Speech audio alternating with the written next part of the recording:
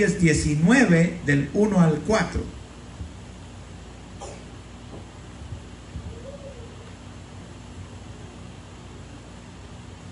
Amén. Amén. Primera de Reyes, capítulo 19, del 1 al 4. Dice así, Acab dio a Jezabel la nueva de todo lo que Elías había hecho y de cómo había matado a espada a todos los profetas. Entonces envió Jezabel a Elías un mensajero diciendo: así me hagan los dioses y aún me añadan, si mañana a estas horas yo no he puesto tu persona como lo de uno de ellos. Viendo pues el peligro, se levantó y se fue para salvar su vida, y vino a Berseba, que estaba en Judá, y dejó ahí a su criado. Y él se fue por el desierto a un día de camino, y vino y se sentó debajo de un enebro, y deseando morirse dijo: basta ya, oh Jehová, quítame la vida, pues no soy yo mejor que mis padres. Padre, en el nombre de Jesús, en esta tarde venimos delante de ti, Señor, para darte gracias. Gracias, Padre, porque estamos aquí con un propósito de bendecir, Señor, de que bendigas nuestras vidas y bendecir tu santo y bendito nombre. A ti sea la honra y la gloria por siempre. Amén y amén. Amén. Amén. Gloria a Dios. ¿Verdad? Hacemos una cordial invitación a todos los que nos ven por Facebook, por YouTube, ¿verdad? Que esta 26 de mayo, el domingo 26 de mayo, estaremos también en el Davy Crockett Park a las 6 de la tarde, a las 4 de la tarde, perdón, a las 4 de la tarde en el Davy Crockett Park. Allí será nuestro servicio este domingo 26 de mayo. Amén. Bueno, vamos a entrar al mensaje de esta tarde, y lo que queremos hablar, vemos, es algo que está sucediendo en estos últimos tiempos. Vivimos en una generación, en el siglo XXI, una generación, hermanos, que está viviendo en una situación totalmente depresiva. Aunque tenemos muchas maneras de acercarnos a nuestra familia a hoy, ¿verdad? Aunque la distancia nos separe, el teléfono, la internet, ahora nos hace más fácil las cosas para poder estar en comunicación con la familia. Y sin embargo, hermano, nos damos cuenta que hay más personas depresivas en este siglo XXI que en los tiempos pasados. Quiere decir que aunque la ciencia ha avanzado, que aunque la tecnología nos ha ayudado en una manera tremenda, no está ayudando para la condición de los seres humanos, en los cuales muchas personas están viviendo depresivamente. Ahora, el asunto está en que cuál es la circunstancia, o cuál sea la circunstancia más terrible al grado de que una persona desee morir. Vemos con tristeza lo que está sucediendo a nuestro alrededor.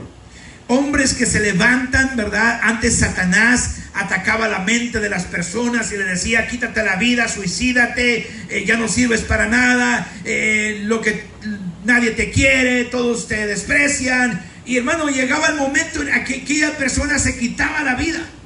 Pero en estos tiempos, hermano, las personas que están pasando por estos momentos depresivos tan terribles, al grado de quererse quitar la vida, no solamente lo están haciendo con ellos, sino ahora colectivamente compran un arma, compran un arsenal de armas de alto calibre y se meten a las escuelas, se meten a las iglesias, se meten a cualquier lugar, un centro comercial, y hermano, y le quitan a la vida 50, 100 personas. Están haciendo algo tremendo todas aquellas personas que han caído en esta enfermedad, que es una enfermedad espiritual.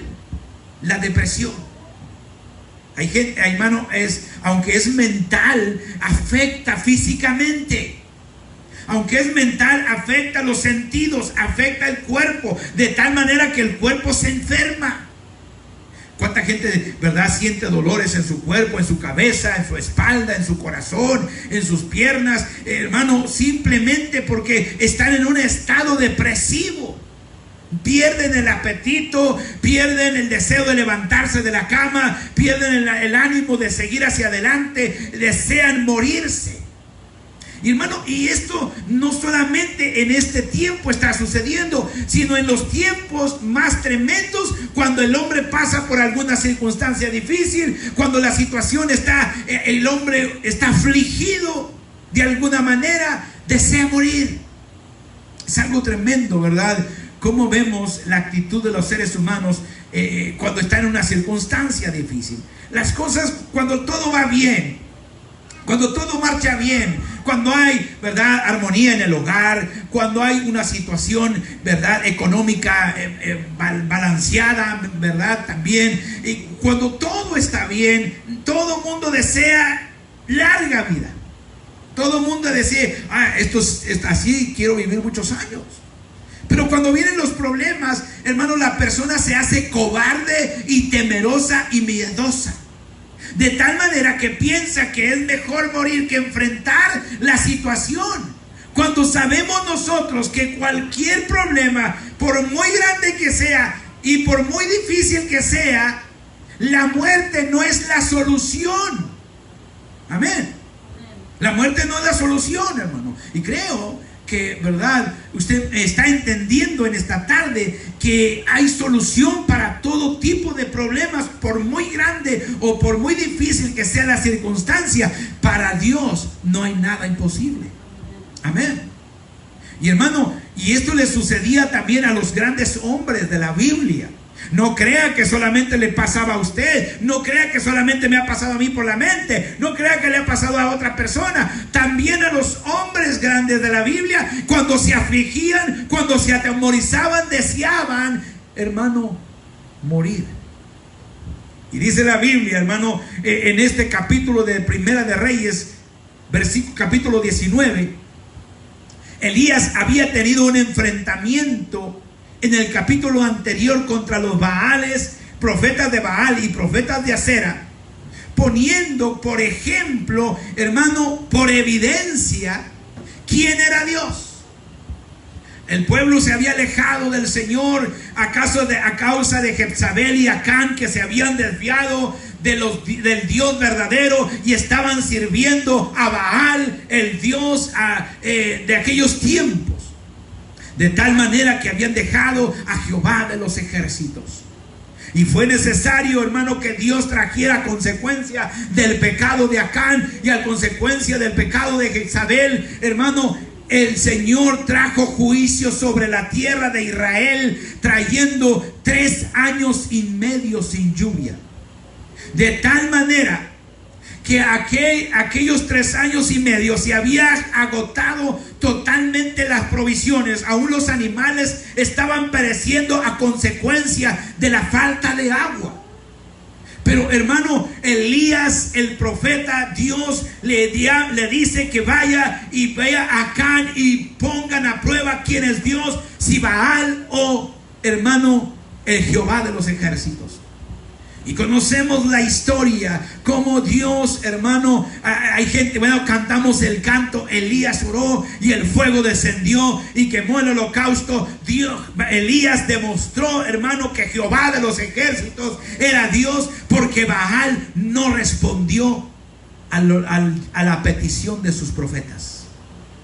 Y cuando esto sucede, hermano, Elías le dice al pueblo: prendan a los profetas. Y ahí en ese lugar mata a los profetas, de tal manera que, hermano, le dice al pueblo de Israel: ahora de aquí en adelante dense cuenta que Jehová es el Dios de Israel.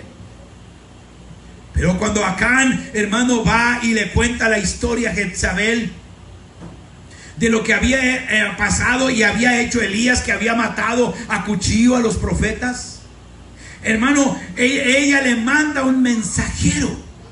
y le dice: mira, que de aquí a mañana añádanme los dioses, si no, también te voy a poner como uno de ellos. Y hermano, había enfrentado en el capítulo anterior, había enfrentado Elías 800 profetas. Había degollado a 800 profetas a consecuencia de su desobediencia. Ahora estaba huyendo por un mensaje de una mujer. Y cuando recibe el mensaje, dice: vale más que aquí quedó, que aquí corrió, que aquí quedó.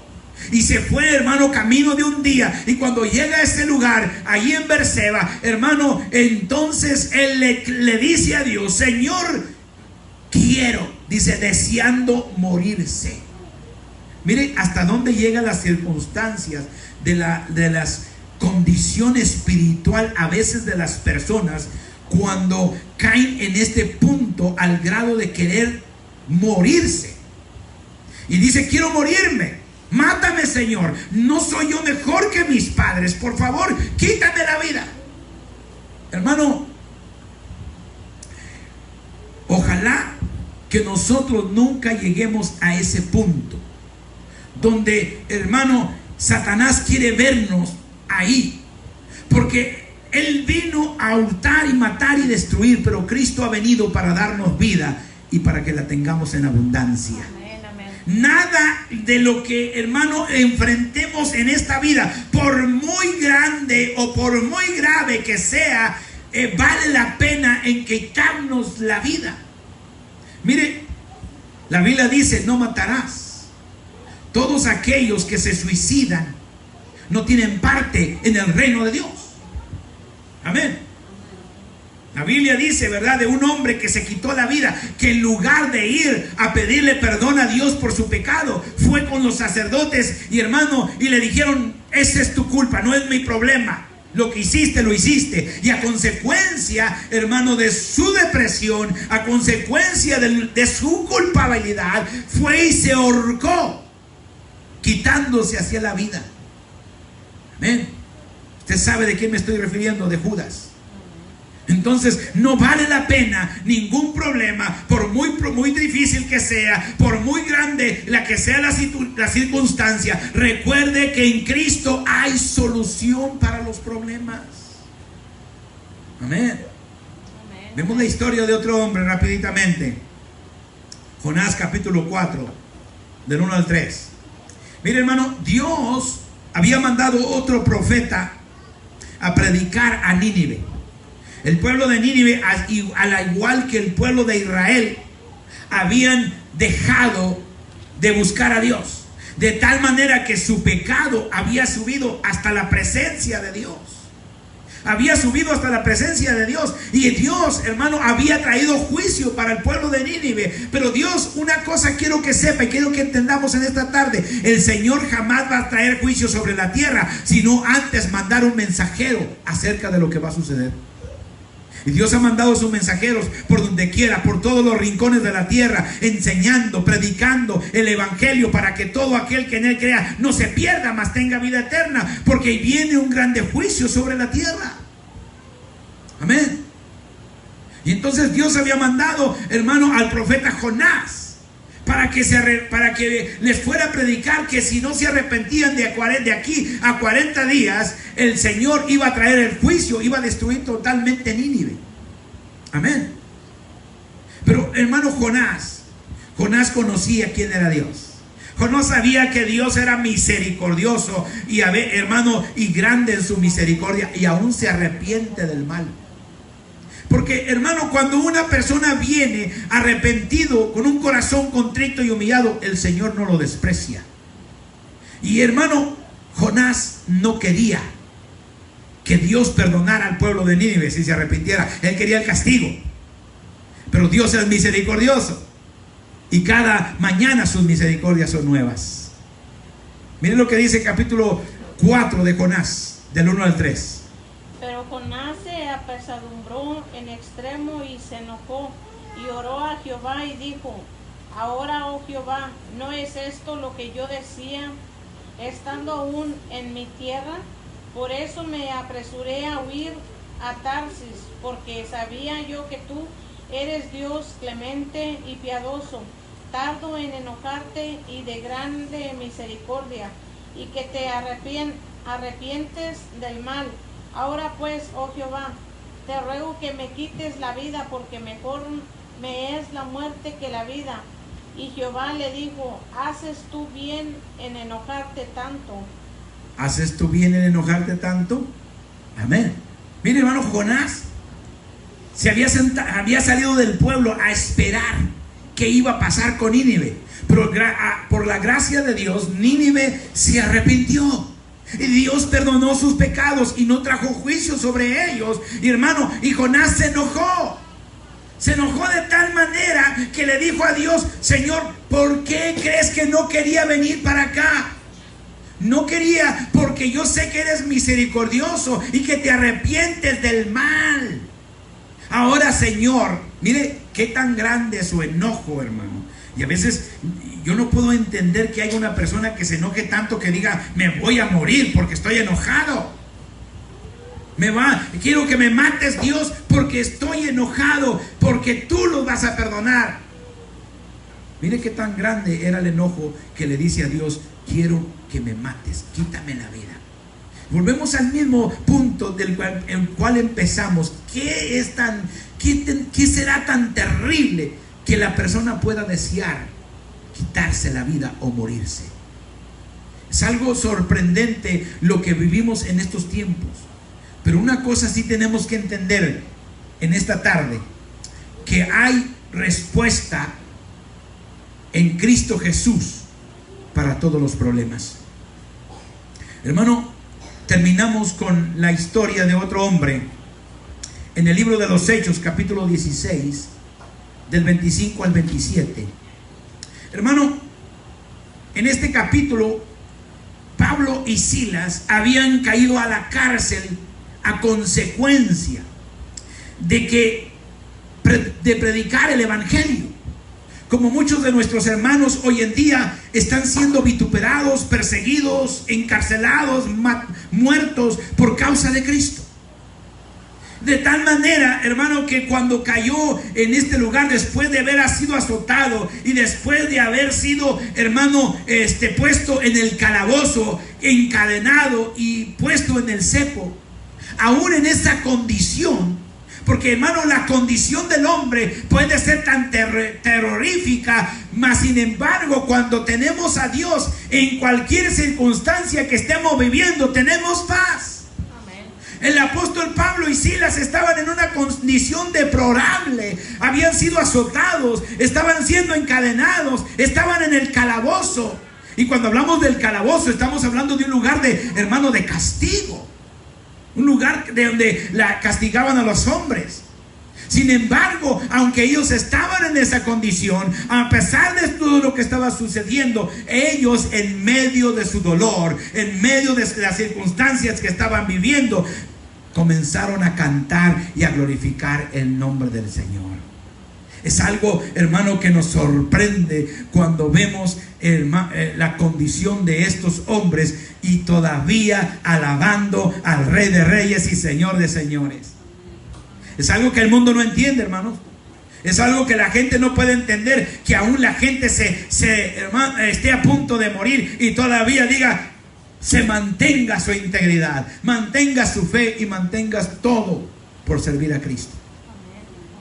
De tanto que ellos comenzaron a alabar y a cantar el nombre del Señor, hermano, dice la Biblia que vino un temblor. Y hermano, la cárcel se estremeció de tal manera que las cadenas se rompieron. Las puertas de la cárcel se abrieron. Y cuando el carcelero despierta, hermano, intenta quitarse la vida. Mira ahí, 16, 25 al 27. Hechos 16, 25 al 27. Pero a medianoche, orando Pablo y Silas, cantaban himnos a Dios y los presos los oían. Entonces sobrevino de repente un gran terremoto, de tal manera que los cimientos de la cárcel se sacudían, y al instante se abrieron todas las puertas y las cadenas de todos se soltaron.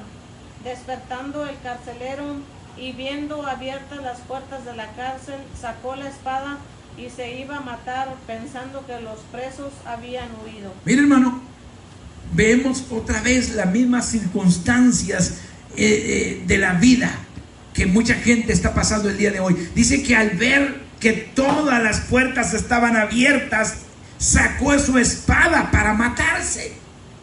Porque para muchas personas es más fácil escapar por la puerta falsa, queriendo solucionar sus problemas.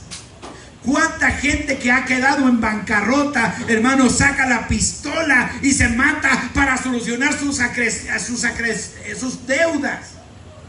Sin embargo, se enfrentan a otro problema más terrible, porque, hermano, aunque logren salvarse de los acreedores, no se salvan de la condenación. Es algo tremendo. Y cuando, hermano, el carcelero sacó la espada para matarse, Pablo le grita desde adentro diciéndole: no te hagas daño, todos estamos aquí. Y, hermano, y cuando el carcelero se queda asombrado, pide luz y corre para adentro donde estaba Saulo de Tarso, y postrándose le dice: ¿qué debo de hacer para ser salvo? Es algo, hermano. Dios usa todas las circunstancias, y eso es lo que tenemos que aprender en esta noche, que Dios usa todas las circunstancias con un propósito para nuestra vida, porque la Biblia dice que todas las cosas suceden para bien. Y por muy difícil que sea la circunstancia cual estés pasando, que estés pasando en este instante, que déjame decirte que hay un plan de Dios, un propósito de Dios para tu vida. De tal manera que el Señor quiere enseñarnos algo. Y cuando lo vayamos, y cuando estemos pasando por esta, y pasemos por esta circunstancia, y logremos pasar del otro lado, y veamos detrás lo que estábamos a punto de hacer, y ahora que veamos la gloria de Dios en nuestra vida, va a ser algo sorprendente, hermano. Porque este hombre, al ver esta condición, al ver la situación de que nadie se escapa, ni siquiera Pablo, que estaba, hermano, en el calabozo, corre y le dice: ¿qué debo de hacer yo para ser salvo? Y aquí viene el versículo más, hermano, que más nosotros ponemos siempre en nuestra vida: cree en el Señor Jesucristo y serás salvo tú y toda tu casa. No te quites. Si quizás en esta tarde tus problemas son tan terribles que tú dices: ya no encuentro la puerta. Quizás el diablo te está metiendo ideas en la cabeza de que la única solución es que te mates. Déjame decirte lo que dijo Pablo: no te hagas daño. No te hagas daño. Aquí está la respuesta. Por eso esta noche queremos hablar de que hay un camino para todo, y hay una solución para todos los problemas. En Cristo Jesús todo se puede. Por eso esta tarde, allí donde estás, ahí donde estás escuchando quizás este mensaje, que estás por ahí ya casi quizás con el alma en la mano, déjame decirte: hay solución para tu problema. El problema no es tanto financiero, el problema no es tanto de enfermedad, el problema es espiritual. Y solamente dice el apóstol Pablo a los romanos: justificaos pues por la fe, tendremos paz para con Dios.